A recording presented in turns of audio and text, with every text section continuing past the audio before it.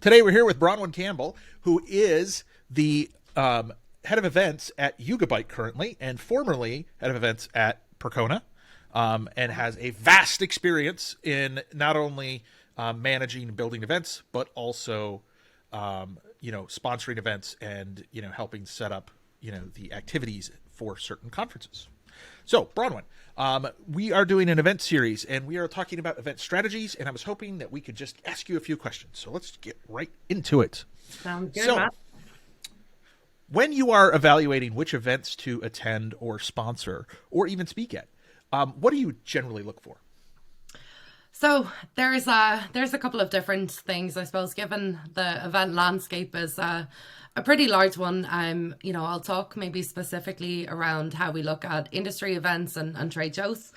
And especially when starting up. So Yugabyte has very much been in a startup mode for the last number of years, and obviously the pandemic had some changes and had some iterations on how we go about events and how we approach events. So really, I think in the last year and a half, things have definitely been coming back. And last year we really saw the return of events anywhere from March, April onwards.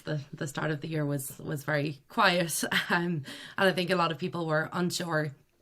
So generally speaking, from work, looking at it with a startup hat on, not having a baseline was difficult, right? So we really had to evaluate a lot of different events, whether that be partner events, industry events. What kind of level sponsorship do we go for? So last year, what I would say is we kind of tried as many as we could. So we had a very, very busy year in terms of events. And we were everywhere and anywhere that we could be. So that is typically how we did it. If you're a little bit further on and once you've established that baseline, I would definitely look at, kind of looking at the experiences, right? So you have to figure out what works for you, how, and I suppose we'll get on to how do we define success and what do we look at specifically. But given that we have done a number of events last year, some worked better than other events. So that is typically how I would approach it, right? So you've got to go in, set a baseline, and then figure out from there which ones you want to continue doing or invest more on. Okay. And so the idea is when you have no data, you just pick the ones you think will potentially have positive outcomes and try them. Pretty much, yeah. And I mean, I think definitely being connected with other event managers and other people that work in events, it's, there is a good community around it, and you can kind of get a feeling for what's working and what isn't. But yeah, I mean, I think definitely you have to get that baseline for yourself. So when you're looking at this giant list of events that you have, and it could be, I've seen my event list, it's like 30 pages long. Is there a first pass that you go through, and is it something that is related to Yugabyte's, technology, or something that you feel you could talk to the right people, or something like that?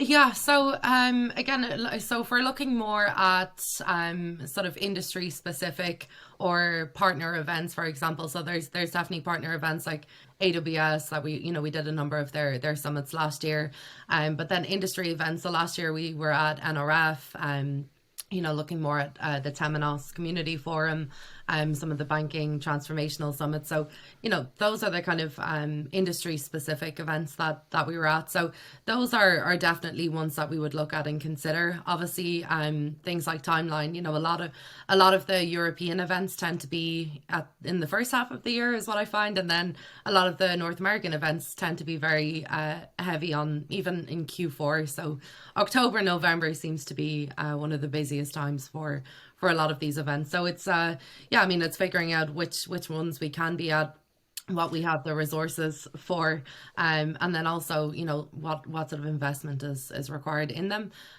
but then the audience. So are we going after developers? Is it more decision makers and the business level people? So, and for those who have limited budget, do you have any advice for which ones they should try? Yeah, I mean, I think if you can try and add on as much on how you can get as much from an event as possible. So if you have a really limited event budget or a very limited budget in general.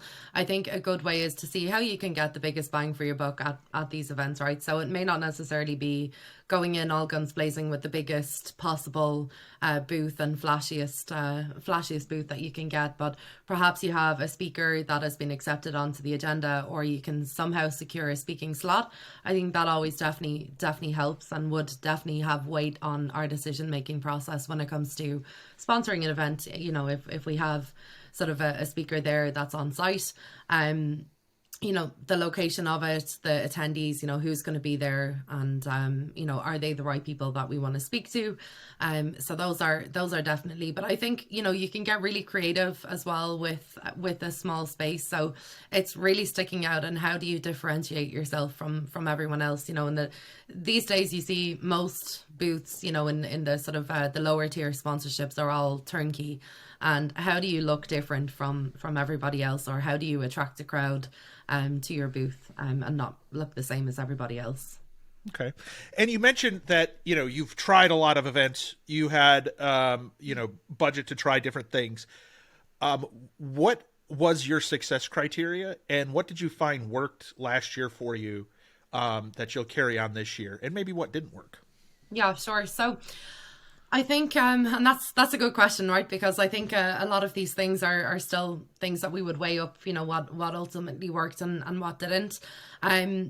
But I think when I look at it, and you know, what was successful is definitely those events that we had, you know, more of a presence in, and what works better for us. So I'll take KubeCon as an example in Detroit last year. So we had KubeCon offer a series of co-located sponsored events the day before.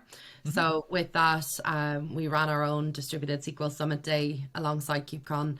And then, you know, we obviously had our presence with sponsorships throughout the event. So, you know, that kind of gave us, you know, that ultimately was a big success. We were able to draw on the KubeCon audience that, you know, we could kind of recruit to our event using their existing marketing channels.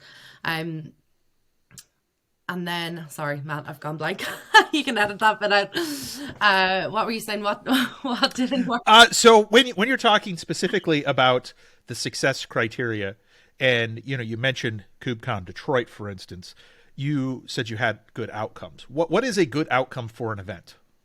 So a good outcome for us is defined as, there's a number of things, right? So it's brand awareness for sure, is, you know, as a startup, that's the biggest thing. We look at, you know, the sort of conversations that we've had with people. You know, did we speak to the right people? Did we engage with the right people? Did we potentially open doors into, you know, into kind of into the right organization or department within that organization? So those are the areas that define success for us more so. But also, you know, did we get people to try out Yugabyte? Did we, you know, inform them about distributed SQL, which is a sort of emerging category in the database world? So it's there's a lot of it at the moment as, you know, defining success has been around brand awareness. What do people always get wrong about events that you wish they didn't?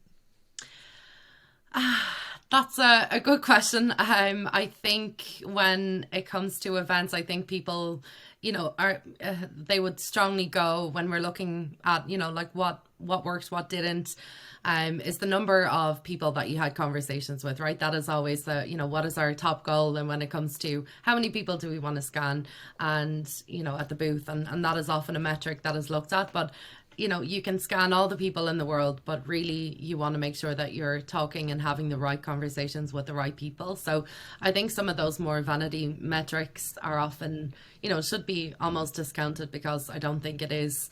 Unless that's really what you want to do, is just, you know, be able to you know, build your own marketing database by getting as many people in as possible. But ultimately, I think having the right person, you know, speaking with the right people. You know, I think another thing is about how you approach the event in terms of your sponsorship. And, you know, I think there's a lot of opportunities to do a lot of things around events. So, you know, did you just turn up at the event with your standard booth, or what did you do to stand out? So I think there's a lot of missed opportunity when it comes to what more could you have done around the event. Could you have hosted a lunch and learn, or you know, a happy hour somewhere, or had a meetup offsite? Is there other things that you can do to ultimately build your presence at the event. And finally, if there is one secret that you could share with us, like is there something inexpensive or crazy that you've tried that actually worked? We've tried a lot of crazy things, and as you well know, right, I've worked with you in the past, so we've definitely had our fair share of trying things. I mean, I think a lot of it is knowing your audience, right, and having something unique and different. A lot of the time, we look at swag as something that will ultimately draw people in, and I think that's really where you can get creative.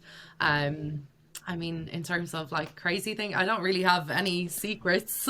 You don't have a crazy piece of swag that you found really effective?